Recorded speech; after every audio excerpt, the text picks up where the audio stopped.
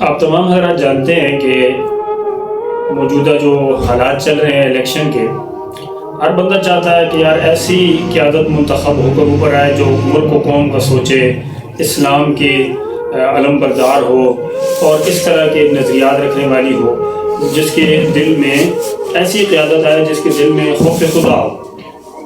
تو یعنی اسلام پسند لوگ اوپر آئے جو مذہبی قوانین کا نفاذ کر سکیں، اسلامی قوانین کا نفاذ کر سکیں۔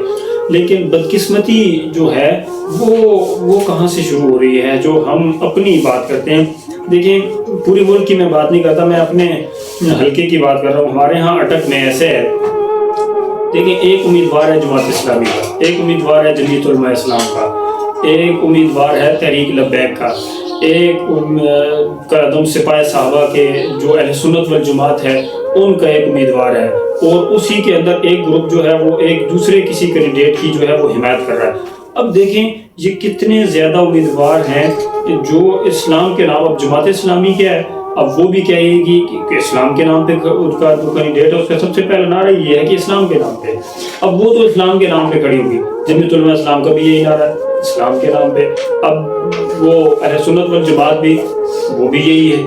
اب ان کی جو یہ جماعتیں جو ہے نا، ان کی بنیاد ہی اس چیز پہ کھڑی ہوئی ہے کہ ہم ملک میں اسلامی نفاذ کی کوشش کر رہے ہیں۔ لیکن اور ان سے جب بھی آپ بات کریں گے تو یہی بات کریں گے کہ وَاعْتَصِمُوا بِحَبْلِ اللَّهِ جَمِيعًا وَلَا تَفَرَّقُوا۔ دیکھیں، آپس میں تفریق تو نہیں ڈالنی ہے، لیکن یہ کیسا، اگر یہ اتحاد ہوتا، اتفاق ہوتا، تو میں کہ 100% کہتا ہوں کہ اگر یہ جتنے بھی امیدوار ہیں نا، یہ ایک ہی امیدوار کھڑا ہو نا، تو میں 100% یقین کے ساتھ کہتا ہوں کہ یہ ان کا کینڈیڈیٹ امیدوار جو ہے وہ جیت جائے گا۔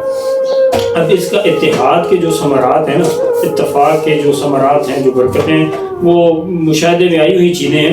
دیکھیں، متحدہ مجلس عمل کا جو اتحاد ہوا تھا اس میں بہت اچھا، دیکھیں کتنی ایک صوبے کی جو ہے نا وہ مل گئی، حکومت بھی مل گئی۔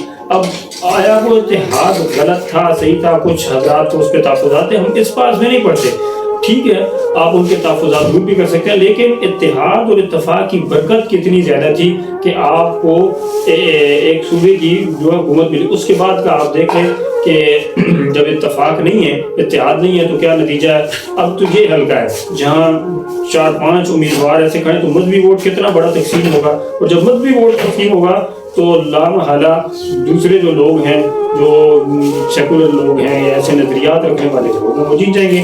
بعض جگہوں پر تو ایسے بھی سنا گیا ہے، اور کچھ جیسے سوشل میڈیا کے وساطت سے معلوم ہوا پڑ رہا ہے کہ ایک امیدوار ہیں وہ بھی مولانا صاحب ہیں، دوسرے امیدوار ہیں وہ بھی مولانا صاحب ہیں۔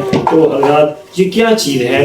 ان چیزوں سے ہمیں دور ہونے کی ضرورت ہے، بجائے اتحاد اتفاق کے ہم مزید انتشار کا باعث بن رہے ہیں، اور اس انتشار کی وجہ سے جو نقصان ہوگا وہ آپ تمام حضرات، آپ خود بھی جانتے ہیں اور ہم بھی جانتے ہیں۔ اللہ رب العالمین تمام اہل حق کو، علماء کرام کو آپس میں اتحاد، اتفاق اور پیار و محبتیں نصیب فرمائے۔